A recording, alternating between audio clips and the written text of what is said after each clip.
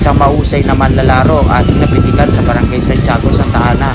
Kilala siya bilang isa sa pinakamalakas sa rebound sa Interbarangay Santa Ana, kung saan siya ay naglalaro para sa Team San Roque Santa Ana.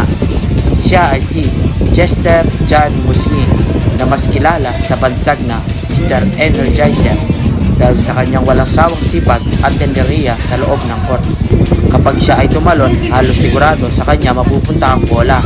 Kapansin-pansin din ang kanyang kasipagan at tibay dahil tila hindi siya napapagod sa laro at kaya niya magpagsabayan kahit sa mas batang mga manlalaro. Di rin siya madamot sa bola dahil kapag may kamping libre sa pesto, siguradong papasahin niya ito. Rebound at block naman ang kanyang pangunahing sandata laban sa mga kalaban.